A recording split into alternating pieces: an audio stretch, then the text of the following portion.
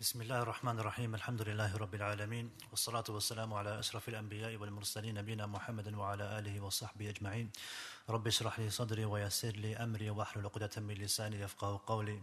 So as discussed last week, inshallah, today we're going to be talking about the life of Imam Al-Tabari. And the reason why we've decided to talk about the biography of Imam Al-Tabari is basically because our tafsir classes are all dependent on, first of all, the grace of Allah subhanahu wa ta'ala, and by the permission of Allah we're able to do these classes, and also because of the efforts and the blood, sweat and tears that the scholars of the past actually gave for the service of Allah subhanahu wa ta'ala and His book. And one of the main scholars and one of the first scholars, and we will discuss this as well, one of the first scholars of tafsir and writing the tafsir of the Qur'an was Imam Al-Tabari. And one of the first books of tafsir was Imam Al-Tabari. So because, the science of tafsir is basically built upon these giants, built upon these scholars, I thought it's important to discuss and talk about their lives and what they went through and the efforts that they went through and the things that happened in their lives and inspiring stories from their lives, so that we can gain benefit and really have a more deeper appreciation of the tafsir classes that we do and where they come from. So, inshallah, we'll be talking about Imam Al-Tabari. And unlike, when we talk about the prophets, when we talk about the Messenger of Allah ﷺ, when we talk about the companions, these Muslim figures in history, there's a lot of information out there. And we always hear about this information in our talks, in general talks, lectures, khutbahs, programs, seminars. So, you get a lot of information about these people, these monumental, righteous people of the past. But with these types of scholars, you don't hear that much. There's not that much out there in terms of content with regards to these scholars. So you know about, for example, Tafsir Al-Tabari. Okay, maybe you know that he was from the beginning of, from the early scholars of Islam. But other than this, you don't really know that much about them. So when you do research, I was doing research, it took a lot longer than it did if I did the seerah of the Prophet ﷺ, or lives of the companions or something like this, because obviously it's something that you're not used to, you don't know that much about them anyway. So it's interesting when you read about their lives, and you get a lot of interesting facts and figures and stories, and this is what we're going to be mentioning today, inshallah. Imam Al-Tabari, one of the scholars, he was talking about Imam Al-Tabari, and he said that he is Ra'sul Mufassirin, the head of those who did tafsir, because he was one of the first who did tafsir. Another scholar said that he was Shaykh al-Mufassirin, the Shaykh of the Mufassirun, from those who did the tafsir. And Imam Al-Tabari, he's known as Imam Al-Tabari, but Tabari isn't actually his name, but it's a laqab. It was a nickname that he was given. His real name was Muhammad ibn Jarir. Muhammad ibn Jarir, ibn Yazid, ibn Kathir, ibn Ghalib. And his kunya was Abu Ja'far.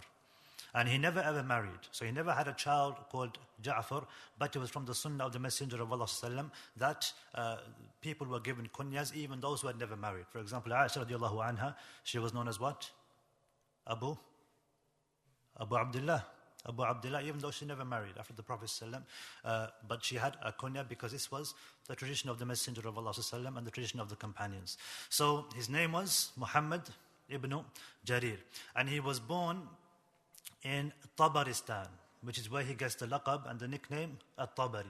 For example, Sheikh al-Albani was from Albania. Likewise, Imam Al-Tabari, he was born in Tabaristan. And Tabaristan today, it's situated in northern Iran, south of the Caspian Sea. So you've got the Caspian Sea, south of the Caspian Sea, on the shores of the Caspian Sea, in the south, under the Caspian Sea, you have the birthplace of Imam Al-Tabari in a city called Amul. And scholars, they say that he was born in 224 Hijri or 225 Hijri. So there's a difference with regards to when exactly he was born, either 224 Hijri or 225 Hijri. And one of his students actually mentions the reason why there's this difference. And he said that Imam Al-Tabari himself talked about why there was a difference with regards to when he was born, why he wasn't sure in which year he was born. And he said because in those days people used to record history with events. So they used to remember certain times and certain dates and certain periods of history with things that happened in those times. Like, for example, in the time of the Prophet ﷺ, when he was born, Amul Fil, it was known as the year of the elephant. They never had no numbers to distinguish between the different years. So he said that in those days, they used to record history with events and not with specific numbers or with years. So he said an event took place when I was born, and later people differed with regards to when this event actually took place. So some said it was in 224 Hijri, and some said it was 225 Hijri, so they differed with regards to when exactly he was born. But it was around that time, 224 or 225 Hijri. And they say that in terms of the way he looked, he was someone of a brownish complexion. Okay, so he had a brown skin color, and he was thin and he was tall. And he was very well spoken, to the extent that when he would speak with perfect Arabic grammar. And he wouldn't speak, as they say, Jami, the informal Arabic language that people speak on the streets, but he would speak with perfect Arabic, Qur'anic Arabic, with the proper grammar, and he would never, sacrifice his language and, lower the quality of the Arabic that he would speak. And he had black hair and he had a black beard. And this remained up until he died. This remained,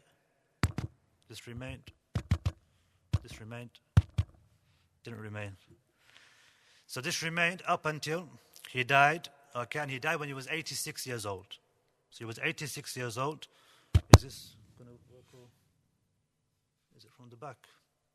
Can someone just check if Asghar is in the audio rooms, find out? I don't know if it's working.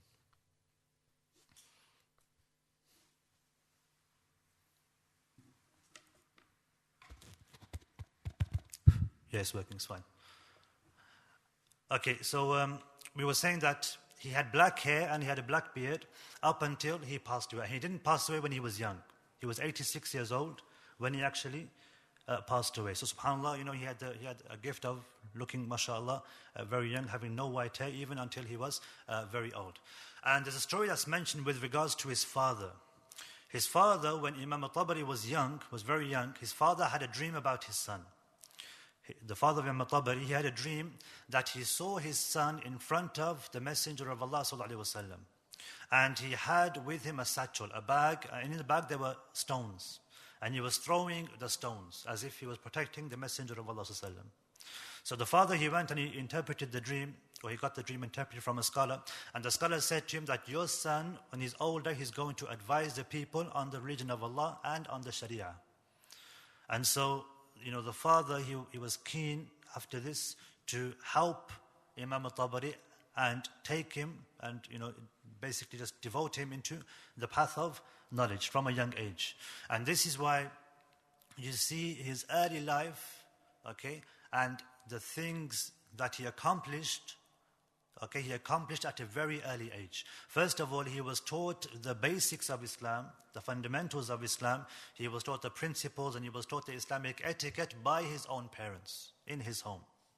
Okay, which shows you that the first teachers are the parents. And the first madrasa is the actual house, the house that you're brought up in. Okay, so sometimes we tend to, send our kids to madrasa, okay, and we think that the kids, the madrasa will do everything. It doesn't matter what happens at home. But the house is the first madrasa. It's the first institute, Islamic institute of the child. So whatever they see and whatever they hear and whatever they do in the home is going to stay with them forever. And whatever you teach them as parents, because you're the first teachers that they'll have. So this shows that Imam Al-Tabari, he had parents who were very aware of this. And they knew that in order for him to achieve his potential, they had to do whatever they could first of all, in terms of teaching him and raising him in a good Islamic environment, teaching him the basics, and teaching him the correct Islamic etiquette. So the first school that he had was the home. After this, he was sent to masajid and ma'ahid al-Qur'an, or Islamic or Qur'anic institutes, to learn the Qur'an. And he memorized the Qur'an by the age of 7 years old. So 7 years old, he memorized the whole of the Qur'an. And he perfected the recitation of the Qur'an and learned the rulings related to the Qur'an as well, at the age of 7 years old. And he led the people in prayer, okay, as an imam. He was an imam by the age of 8 years old. So he's hafidh the Qur'an by 7. He's led the people, in salah by the age of 8. And sometimes, a person who's 40, 50, he's scared, doesn't want to lead the people in prayer. He's afraid. He's nervous. But he's 8 years old, mashallah, and he's leading the people in prayer. And then he started to learn the books of hadith by the age of 9. So you can see straight away he's got this memory and this thirst for knowledge and this ability that, subhanAllah, not everyone's given. It's a gift from Allah subhanahu wa ta'ala. And he was recognized to have a very sharp and keen mind from an early age. And his father took advantage of this. So he used to send him to as many places as he could to, for him to learn, for him to benefit, because he was like a sponge. Especially when you're young, you're like a sponge. That's why they say, al-hifdhu fi istighari kan-naqshu al-hajari. Memorization at a young age is like engraving on a stone. It never goes away, because you learn it from a young age. So he learned all of this Islamic knowledge. He memorized the Qur'an. He was memorizing a hadith from a very young age. And at the age of 12, he took the next step of seeking knowledge. So he left his city where he came from. Where was he born? What was the name of the city? Tabaristan was Amul. So Amul was the city where he was born. Tabaristan was the country at the time. So he left the city of Amul and he started to travel in pursuit of knowledge. And he traveled in and around Tabaristan, and he also went to a place called Ar-Ray, which is in Persia or Iran. And Imam Al-Tabari, he talks about his experiences in seeking knowledge. And he said, me and some of my friends, some of my companions, we used to learn from different scholars. And he said at one point, we were learning from someone by the name of Muhammad al-Razi, one of his teachers. And he said, we would learn from Muhammad al-Razi, and sometimes he would come to us to see what we had learned from him, to test us and to revise, what we had learned from him. And then he would say, we would go to another scholar by the name of Ahmad al-Dulabi. And he used to be a distance away. So he used to come sometimes we used to go to Muhammad al-Razi, and then we used to go to Ahmad al-Dulabi, who was a distance away. So they were traveling everywhere. And he said we used to go to Ahmad al-Dulabi, who was a distance away, and then he said we used to go kal-majaneen. We used to go like madmen and rush to Ibn Humayd's circle to make sure we attend his on time. So they were going, to benefit from different scholars, in different parts of the city or of the area, and they would rush, like madmen, as he said, kal-majaneen. They would rush from one place to another to benefit from the knowledge of the scholars who were in the area. And then he traveled to many places in search of knowledge. He went to Iraq with the intention, of meeting Imam Ahmad ibn Hanbal. Imam Ahmad ibn Hanbal was around at that time. So he went to Iraq, at the age of, in year 241. So he was, how old? 16? Around 16 years old. So he went at the age of 16 to Iraq to meet Imam Ahmad ibn Hanbal. But when he arrived, just after he had arrived, or just before he had arrived, Imam Ahmad had passed away. Because Imam Ahmad passed away in the year 241 Hijri, subhanAllah. So he never got to meet Imam Ahmad bin Hanbal, but there were many other scholars in Iraq, and he benefited from them. He traveled to Basra in Iraq. He went to Kufa to seek knowledge, and it said that he learned 100,000 ahadith in Basra. When he went to Basra, he memorized and he learned 100,000 hadith. And when we talk about hadith, we don't say just the body, the text of the actual hadith of the Prophet ﷺ, the statement of the Prophet ﷺ, but we're talking about the chain of narration as well, going back to the Messenger of Allah ﷺ, and also the strength of its chain, how strong the hadith is as well. So he's learning these 100,000 hadith just from one specific area in Basra itself. And then he traveled to Sham, into Syria, and he went to Damascus, and also he went to Egypt, where he studied the fiqh of Imam Malik. So you can see he's traveling wherever he can to benefit as much as he can in his early age, as early as he can. And there's a story mentioned about Imam Al-Tabari when he was traveling. It said that once Imam Al-Tabari and some of the other scholars who were with him, and all their names were Muhammad. So his name was Muhammad ibn Jarir al-Tabari, and there were other scholars, whose names were Muhammad as well. One of them was Ibn Khuzaymah, Muhammad ibn Ishaq ibn Khuzaymah, famous scholar. So he was around at the same time. So this story mentions that these scholars, they were traveling together in search of knowledge, and they were in Egypt seeking knowledge. And they used up all the money that they had. So they never had no more money left. And because of this, they became hungry. And they couldn't eat because they had no money. And so because they were hungry and they had no food, okay, no money to buy food, they became weak as a result. Okay, so now they're thinking, what are they going to do? They've got no money left. So eventually they agreed, they said, let's draw lots. And whoever gets the shortest straw, they have to ask the neighbors for food. Because they don't want to ask anybody. They want to be self-sufficient. Okay, they don't want to have to go to the stoop to the level, but they have to ask others for food and for money and so on and so forth. So Muhammad ibn Khuzaymah, he got the shortest straw. So he said, let me perform wudu and pray before I go and ask the neighbors for food. So they said, okay. So he went, he performed wudu, and while he was praying, there was a knock on the door. And they opened the door, and it was a government official who came. And this government official, he said, where is Sheikh such and such, Muhammad ibn such and such, okay, one of the scholars. And he said, I'm here. So he took a bag full of dinars, 50 dinars, and he gave it to the scholar. And then he said, where's such and such? And he came forward and he gave him 50 dinars, the same amount. And then he said, where's Muhammad ibn Jarir al-Tabari? And al-Tabari came forward, he said, I'm Tabari, and he gave him 50 dinar, a bag of 50 dinar. And he kept asking until everyone had been given 50 dinar. And then he said, where's Ibn Khuzaymah? And I said, Ibn Khuzaymah, he's praying. Okay, he's praying. And, when he finished praying, he came and he was given the same amount. And then the government official, he said that the leader, the Amir, okay, the leader of the Muslim Ummah at the time, he said the leader had a dream last night, and in the dream, he said that the Mahamid were becoming weak due to hunger. In the Mahamida, verily the Mahamid, the Muhammads are becoming weak. The Muhammads are becoming weak due to hunger. So give them these bundles of gold, and if you run out, then inform me and I will replenish you, basically. I'll refill your stock. SubhanAllah. So he had a dream. Okay, in the dream, he was told, okay, this was from, good dreams are from Allah, true dreams are from Allah. So he was given a dream by Allah subhanahu wa ta'ala telling him that these scholars were actually short of food and short of drink, and they were weak. So he gave them money for them to be able to look after themselves and feed themselves.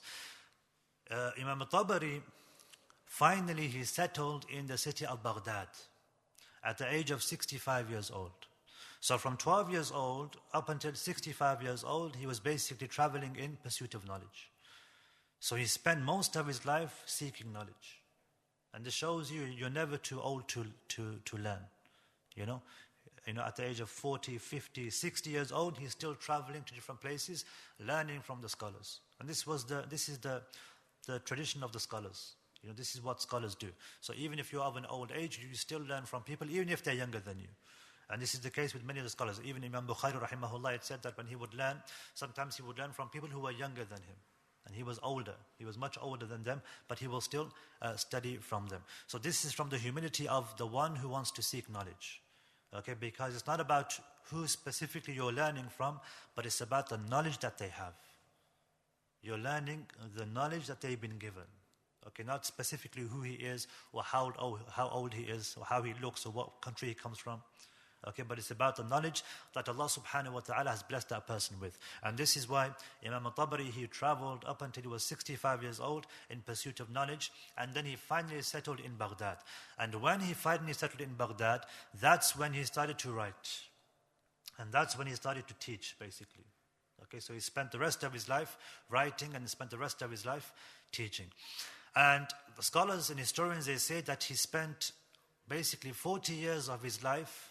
Okay, each day he would write 40 pages worth of knowledge, worth of Islamic knowledge in the different sciences. And they said this meant that he wrote altogether 600,000 pages in his lifetime. So he wrote 600,000 pages in his lifetime. And there's a story which is mentioned when he was writing his Tafsir. He was writing his Tafsir, his famous Tafsir, and he finished his Tafsir, and he went to his friends to help him write copies of his Tafsir, because in those days, you couldn't just print it out. In those days, somebody had to actually sit there and write out the whole Tafsir again.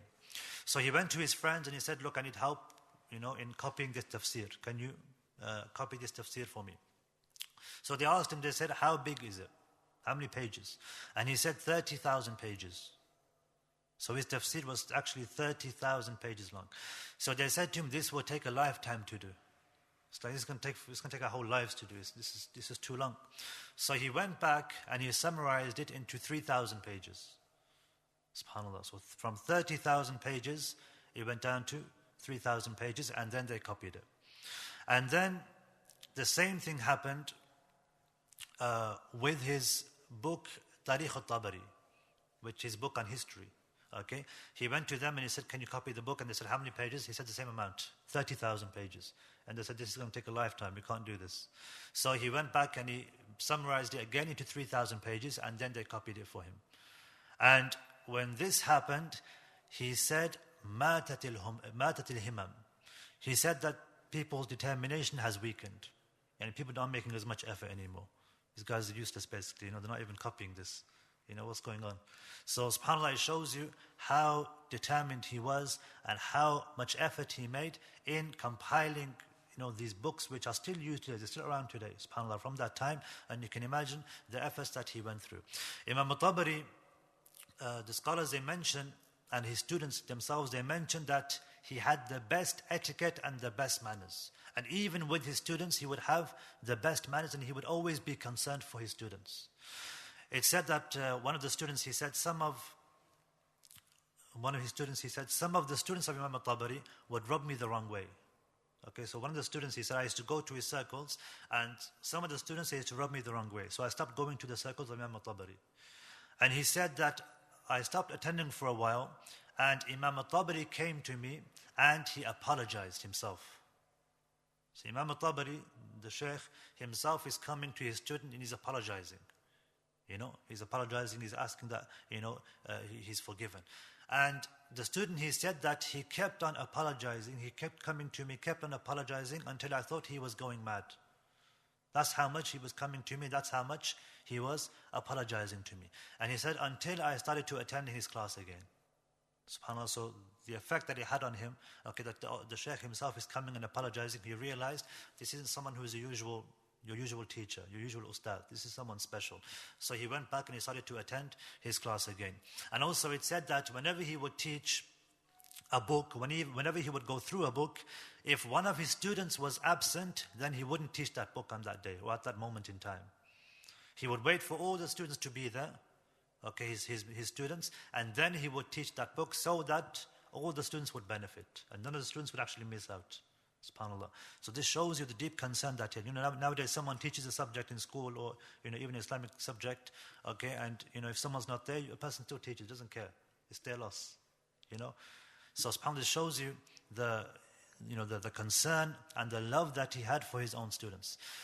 And some of the scholars, and in fact Imam Al-Dhahabi, he mentions that he says he was thiqa. He was someone who was reliable, and kana sadiqan. He was someone who was trustworthy. And Imam Al-Dhahabi also mentions something else, and he says, kana lahu tashayyu' la tadur. He had some Shia tendencies which were harmless. Now when we talk about Shia tendencies, we don't mean that he had hatred for the companions of the Messenger of Allah, Abu Bakr radiallahu anh, Umar radiallahu anh, and so on and so forth. But in those days, and even today, there's different levels of tashayyu'. And they said that Imam Al-Tabari, he had a love for Ali radiallahu anh and the household of the Messenger of Allah, not a hatred for the other companions. And what happened was there was some jealousy amongst some of the scholars and his contemporaries at the time, and they tried to use and throw these accusations at Imam Al-Tabari rahimahullah. And Imam Al-Dhahabi himself, he mentions in his Tarikh, in his history and his seer of the scholars of the past, he says that he was accused of having some Shia tendencies. So in another section he also mentions the same author, Imam Al-Dhahabi. He says that he was accused of having some tashayyu', some Shia tendencies, but we haven't seen anything except good from him. Some said he allowed wiping over the socks in wudu without washing them, but there is no basis for this. Okay, so you can see that there's some kind of jealousy, and this is always the case with the scholars. With the big scholars of Islam, there's always scholars who try to, say stuff and taint the reputation of their contemporaries and of the scholars of that time. Imam Bukhari, Shaykh al-Islam bin Taymiyyah, the four Imams, rahimahumullah, they all had situations where there was a lot of competitiveness and there was a lot of jealousy from the other scholars of that time. And this is why the scholars, they say that there's no jealousy like the jealousy of a student of knowledge. The jealousy that a student of knowledge feels is unlike any other jealousy that anybody else would feel. SubhanAllah. So it's something which is real and it's something that happens, as we can see. And also, they say one of the reasons of this was because he had written a book on the virtues of Ali radiallahu anhu. So just because you write a book on the virtues of Ali radiallahu anhu doesn't mean you have something against all the other companions. Okay, it's like if I write a book on Abu Bakr radiallahu anhu, doesn't mean I have a problem with other companions now. So this shows you that there was some kind of jealousy amongst some of the people during his time. Also, what proves that he didn't have these Shia tendencies was the fact that he refuted the Rawafid. He refuted the Shias themselves. And he wrote books talking about the virtues of Abu Bakr radiallahu anhu and Umar radiallahu anhu as well. So again, this shows you that there's no basis for these accusations. And this happened, he wrote these books, the virtues of Abu Bakr radiallahu anhu and the virtues of Umar radiallahu anhu, when he heard that more people were cursing the companions of the Messenger of Allah sallallahu in his hometown, in Tabaristan. And so he wrote these books on the virtues of Abu Bakr radiallahu anhu and Umar radiallahu anhuma. And the leader of Tabaristan, when he heard that Imam Al-Tabari had written a book about these leaders, he was someone who would curse the companions.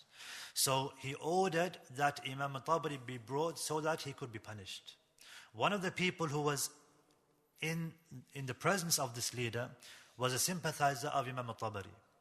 So he went to Imam Al-Tabari and he informed Imam Al-Tabari that if you don't leave, you're going to be caught and you're going to be whipped, you're going to be punished. Because this is what the leader is saying. So Imam Al-Tabari, he managed to flee. And the man who told him, the man who informed him, he was caught. And they found out he was the one who actually told Imam Al-Tabari about what the leader would have done. So he ended up being whipped as a result. He ended up being punished as a result. And it said that years later, many years later, they were reunited.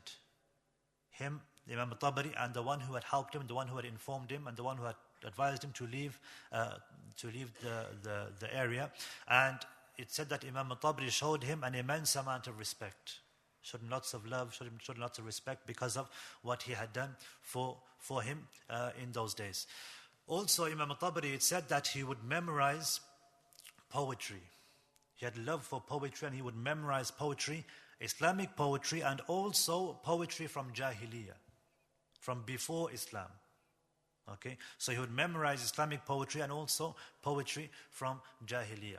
And one of the scholars, he praised Imam Al-Tabari rahimahullah, and he said, with regards to his knowledge and with regards to how much he had memorized and how much he had learnt, he said, by Allah, I think Imam Al-Tabari has forgotten in his whole lifetime knowledge which another person would learn in his whole lifetime. So the amount that Imam Al-Tabari has forgotten, okay, by the end of his life, is the same amount of knowledge that another person would learn in his whole lifetime.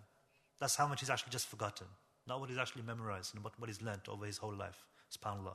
So it shows you the immense amount that Imam Al-Tabari had actually memorized, had actually learnt. And the scholars and the students of Imam Al-Tabari, they would say he had the best etiquette when he would eat. And he had the best etiquette with himself. He would always keep himself presentable, looking good, looking clean. He would be hygienic. And they said he would have the best etiquette and they would love to eat with him, just to see how his etiquette was when he would eat. They would say that he would protect his beard with his left hand while he would eat with his right hand, so that there wouldn't be any food or oil clinging to his beard while eating. So he would be very careful about eating, in a clean manner, to such an extent that he would cover his beard with his left hand, and he would always eat from the side of the plate. He wouldn't just put his hands in the middle of the plate, but he would eat from the sides of the plate. And this is from the sunnah of the Messenger of Allah sallallahu alaihi wasallam. The fact that a person should eat, as the Messenger of Allah sallallahu alaihi wasallam, he said, لا تأكلوا من وسط الطعام وكلوا من حافتيه. Don't eat from the middle of the plate, but eat from the sides of the plate. So this is from the etiquette that a person should have. And also they said you would never hear him spit, or take out phlegm from his throat and spit it out. You would never hear him do anything like this. And also from his etiquette and from his adab with people was that he would always refuse to take any financial support, even from the leaders and from the rulers. So once he said he was asked by the leader to write a book on fiqh, a basic text on fiqh. So he wrote a book on fiqh, which he wrote, and Imam Al-Tabari, by the way, he wasn't just a scholar of tafsir. Okay, as we mentioned before, he studied fiqh, he studied Arabic language, Arabic grammar, he studied hadith. So he was an all-round scholar. Okay, and even if you look at his book, which we'll talk about, he mentions all different sciences of Islam, not just specifically tafsir. So he wrote this book on fiqh, and he sent it to the leader, who in return, just as a reward, okay, he gave him, a wage, if you like, for him writing this book. He gave him 1,000 dinar. And Imam Al-Tabari refused to take it. And they told him, just take it and give it in charity. So just take the money, but just give it in charity. You don't have to use it for yourself. And he still refused. He said, no, I don't want the money. And once he was gifted 3,000 dinar. Once he was gifted 3,000 dinar, which he again refused.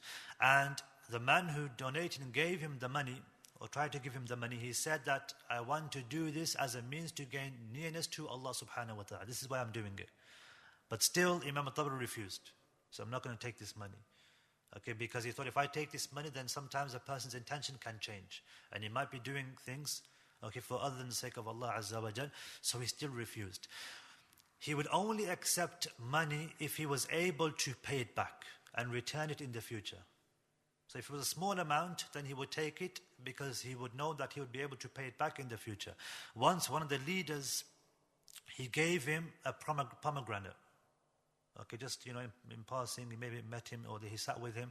He gave him a pomegranate, and when he took the pomegranate, he distributed it amongst his neighbors and the people that he knew.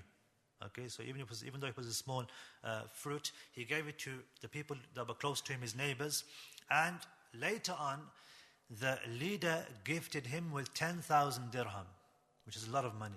10,000 pounds is a lot of money. Okay, so 10,000 dirham, he's been given this by the leader, and Imam Al-Tabari, he refused.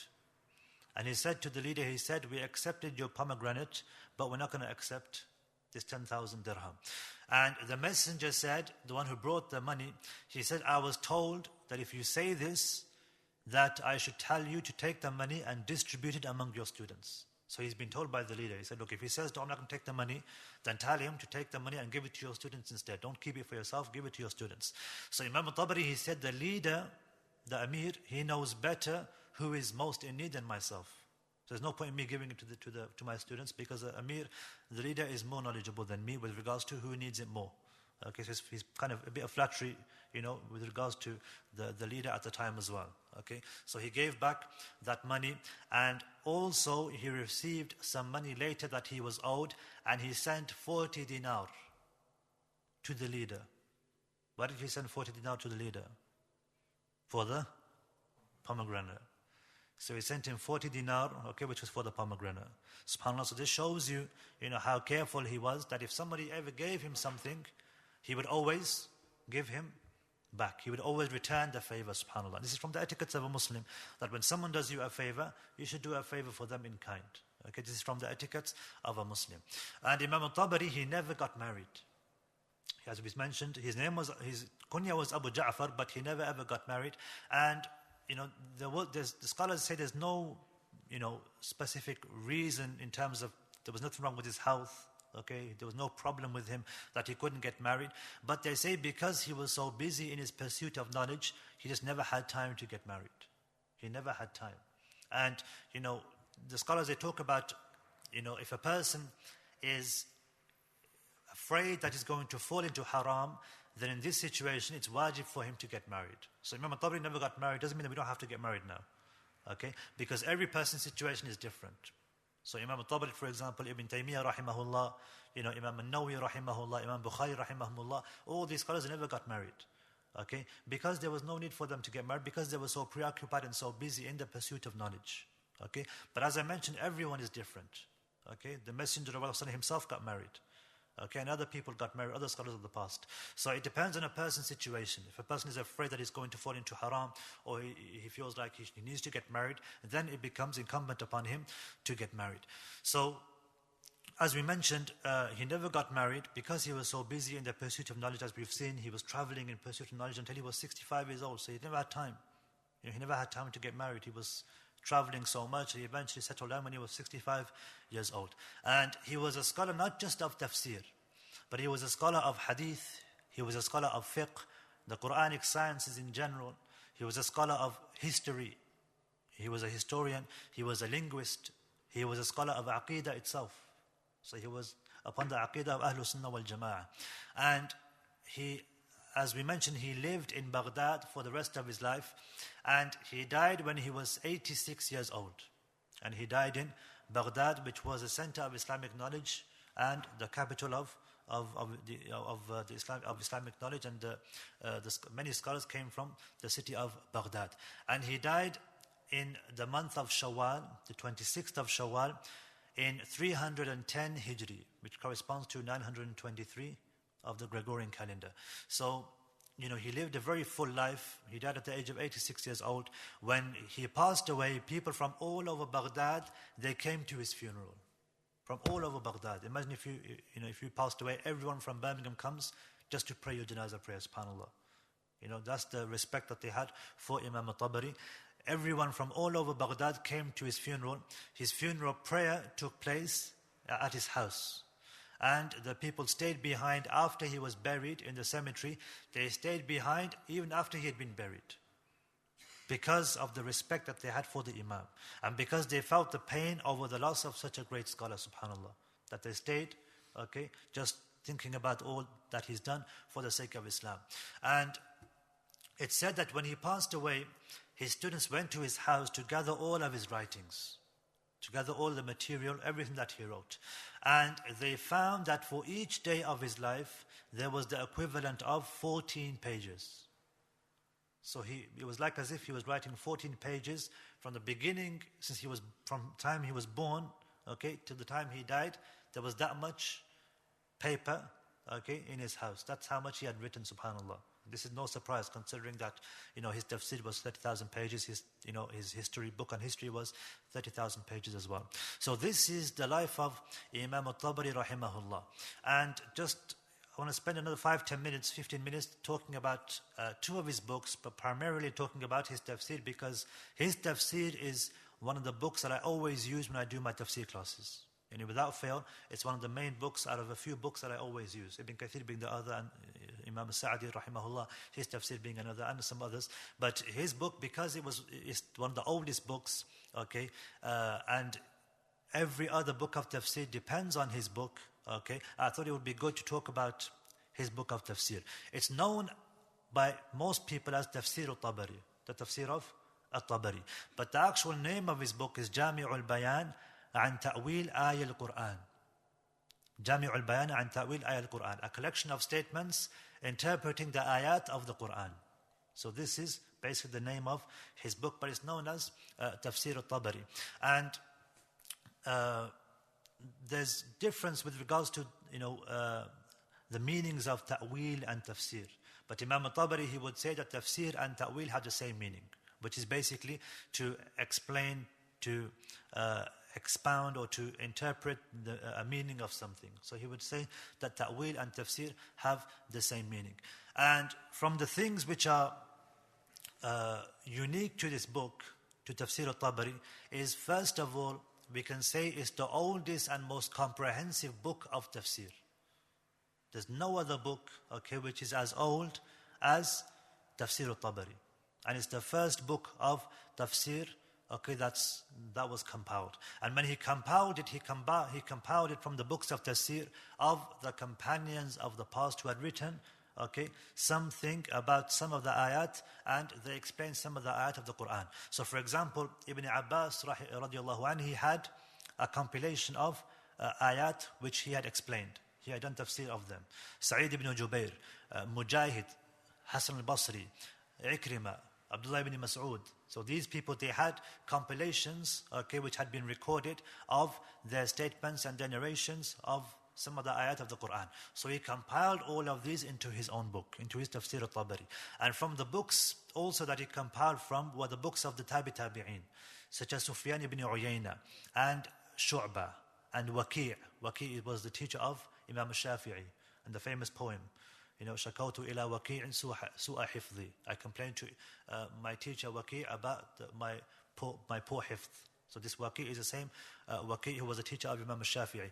And Abdul Razak, who was another scholar, and there's a famous book called Musannaf ibn Abdul Razak, or Musannaf Abdul Razak, which is his book. And Abu Bakr ibn Abi Shayba also had a book which talked about the tafsir of the Qur'an. And he also has a book called Musannaf ibn Abi Shayba, which some of you may have heard. So he basically took all of these narrations, all of these compilations of all these narrations of these people, which consisted of the tafsir of the Qur'an, and he compiled it all into one book. He compiled it into the tafsir of Jami al-Bayan. And he wrote it from 283 to 290 Hijri. So it took him 7 years to compile this book. And this book, it doesn't just have tafsir in it, okay? But as I said, he was a scholar of many Islamic sciences. He was a scholar of grammar. He was a scholar of hadith. He was a scholar of, history, scholar of seerah, comparative fiqh. So all of these different sciences he would also include in his tafsir. So he has all of these different sciences included. So for example, if he comes across an ayah talking about, rulings relating to fiqh, salah or zakah or fasting or marriage or divorce, something like this, he would go into some detail about the fiqh issues relating to those ayat. And also history and seerah. Surah Al-Fil, for example, the story of the elephant, he actually talks about the story of the elephant when he talks about this surah, in the tafsir of this surah. And the scholars, they talked about this book and they praised this book. Ibn Khuzaymah, who was Ibn Khuzaymah again? Who can remind me? Who was Ibn Khuzaymah? The scholar who? Helped him? No, but did help him escape.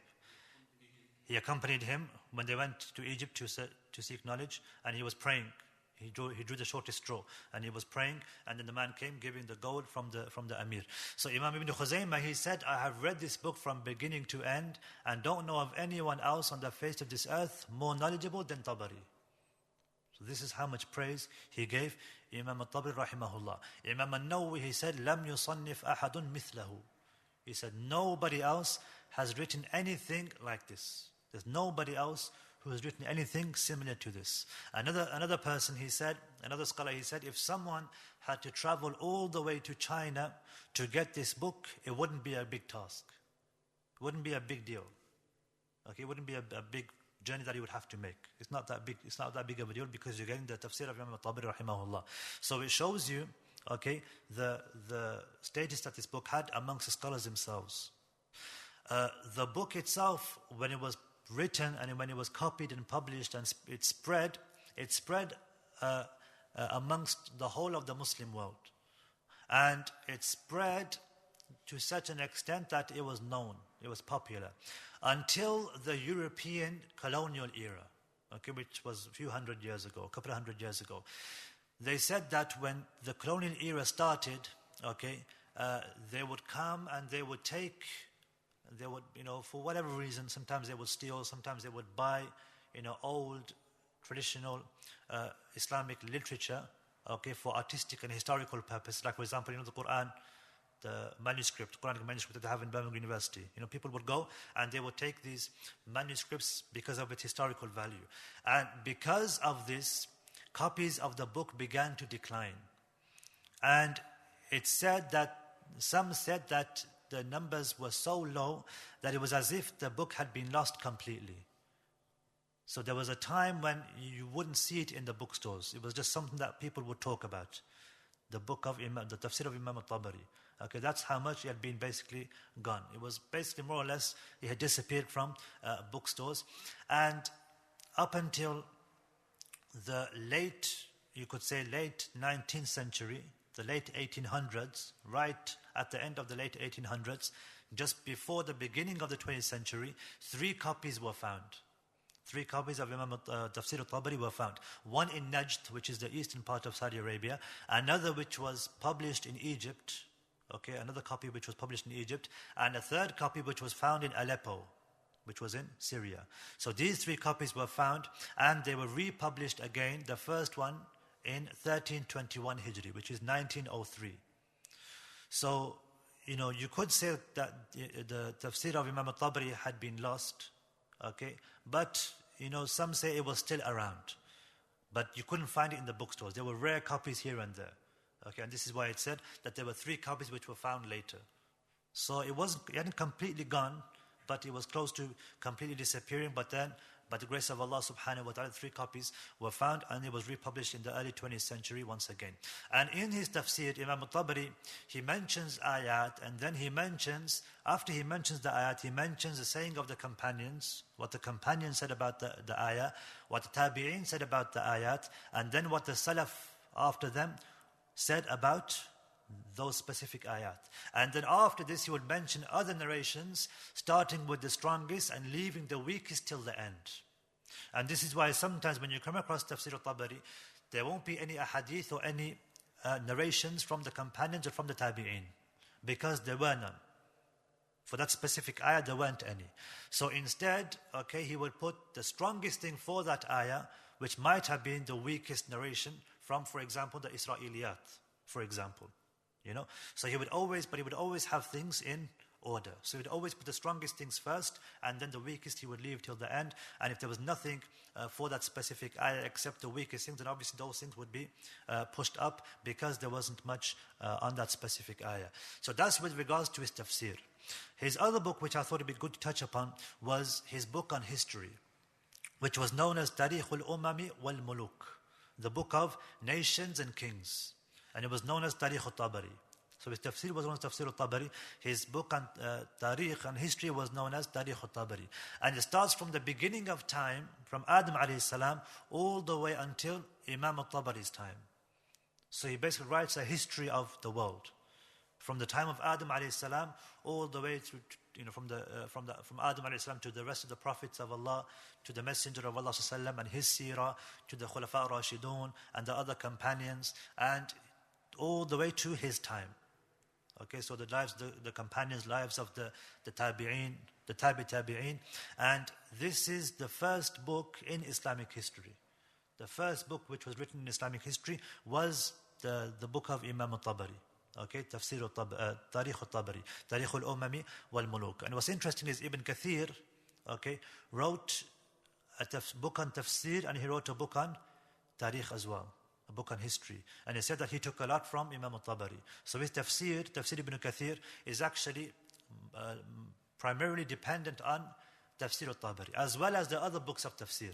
The other books of tafsir as well that came after, they're all dependent on Tafsir al-Tabari, because he was the mu'tamad. He was the first primary book of tafsir, the most comprehensive book that first came out in tafsir, subhanAllah. So everyone who came after, they depend on his book. Just like people depend on the book of Imam Al-Bukhari for hadith. That's the main book of hadith. So likewise, people depend on the tafsir of Imam Al-Tabari, and the rest of the books on tafsir all have to thank Imam Al-Tabari rahimahullah, because of his efforts in tafsir. And Ibn Kathir also wrote a book on Tarikh. What was his book on Tarikh? On history. Bidayah wa Nihaya, the beginning, from the beginning till the end, or the beginning and the end. So this book also, it said that he took from Imam Al-Tabari. So subhanAllah, you see how Imam Al-Tabari wrote 2 books, and he wrote many books. He wrote many other books. There's about 20-30 books which have been written and published, or they've been written from him definitely. But these 2 books are the most popular and the most known. Okay, his book in tafsir and his book in Islamic history. And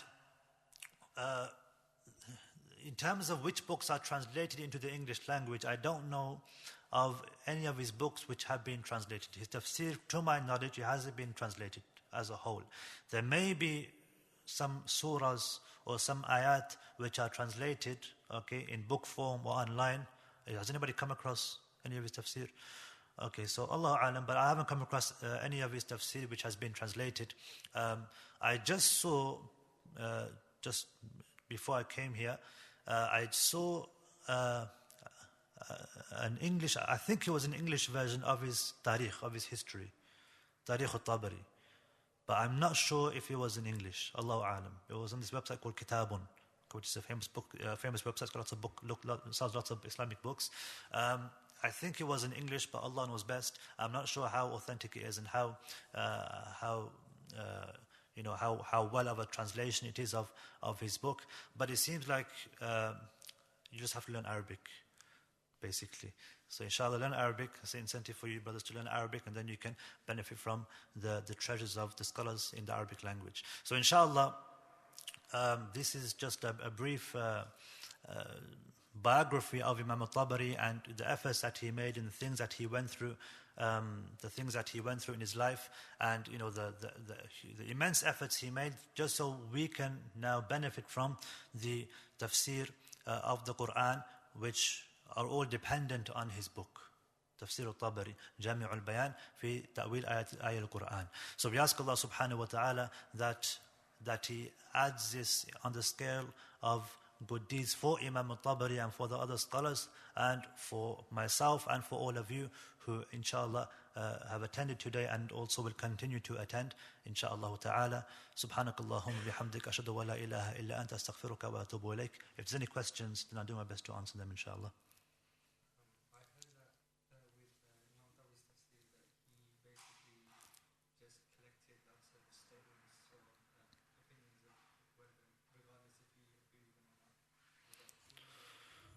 Yeah, so that does seem to be the case.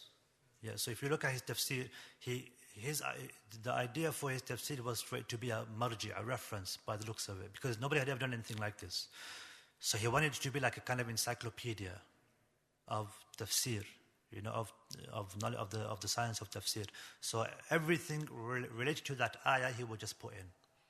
That was his. It seems that was his intention. That was his purpose. And Allah knows best.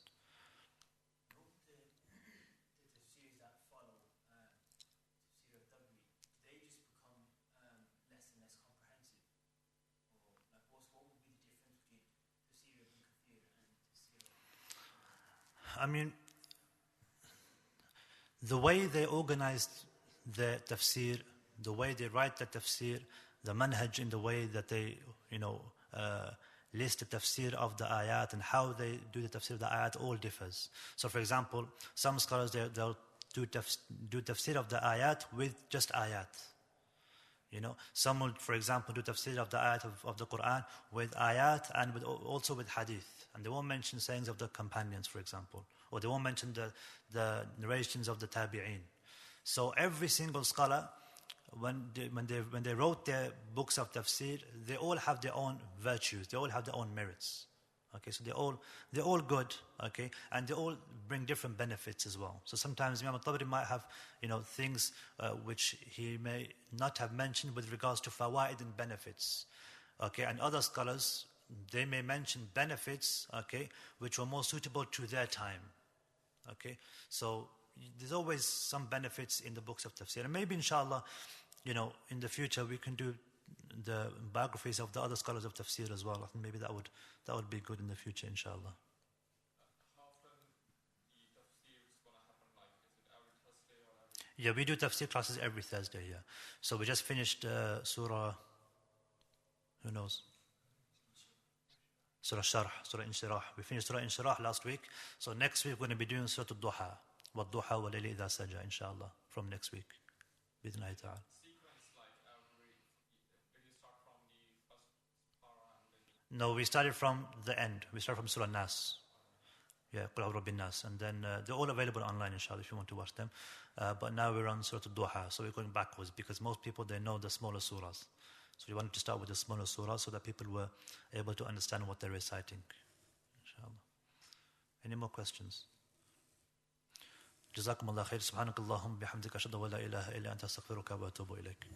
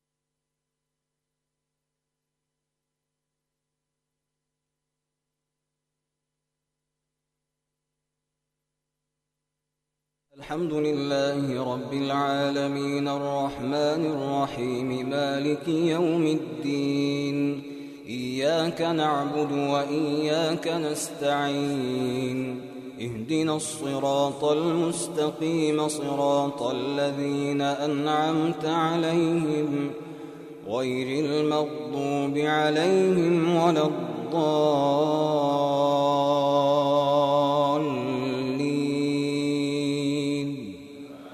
آمين. ألم تر إلى الذي حاج إبراهيم في ربه أن آتاه الله الملك إذ قال إبراهيم ربي الذي يحيي ويميت قال أنا أحيي وأميت قال إبراهيم فإن الله يأتي بالشمس من المشرق فأت بها من المغرب فبهت الذي كفر والله لا يهدي القوم الظالمين. أو كالذي مر على قرية وهي خاوية على عروشها قال أنى يحيي هذه الله بعد موتها فأماته الله 100 عام ثم بعثه قال كم لبثت قال لبثت يوما أو بعض يوم قال بل لبثت 100 عام فانظر إلى طعامك وشرابك لم يتسانه وانظر إلى حمارك ولنجعلك آية للناس وانظر إلى العظام كيف ننشزها ثم نكسوها لحما فلما تبين له قال أعلم أن الله على كل شيء قدير. وإذ قال إبراهيم رب أرني كيف تحيي الموتى قال أولم تؤمن قال بلى ولكن ليطمئن قلبي قال فخذ 4 من الطير فصرهن إليك ثم اجعل على كل جبل منهن جزءا ثم ادعهن يأتينك سعيا واعلم أن الله عزيز حكيم. مثل الذين ينفقون أموالهم في سبيل الله كمثل حبة أنبتت 7 سنابل في كل سنبلة 100 حبة والله يضاعف لمن يشاء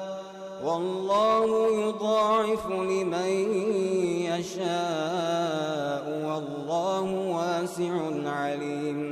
الذين ينفقون أموالهم في سبيل الله ثم لا يتبعون ما أنفقوا منا ولا أذى لهم أجرهم عند ربهم ولا خوف عليهم ولا هم يحزنون. قول معروف ومغفرة خير من صدقة يتبعها أذى والله غني حليم. يا أيها الذين آمنوا لا تبطلوا صدقاتكم بالمن والأذى كالذي ينفق ماله رئاء الناس ولا يؤمن بالله واليوم الآخر فمثله كمثل صفوان عليه تراب فأصابه وابل فتركه صلدا لا يقدرون على شيء مما كسبوا والله لا يهدي القوم الكافرين ومثل الذين ينفقون أموالهم ابتغاء مرضات الله وتثبيتا ومثل الذين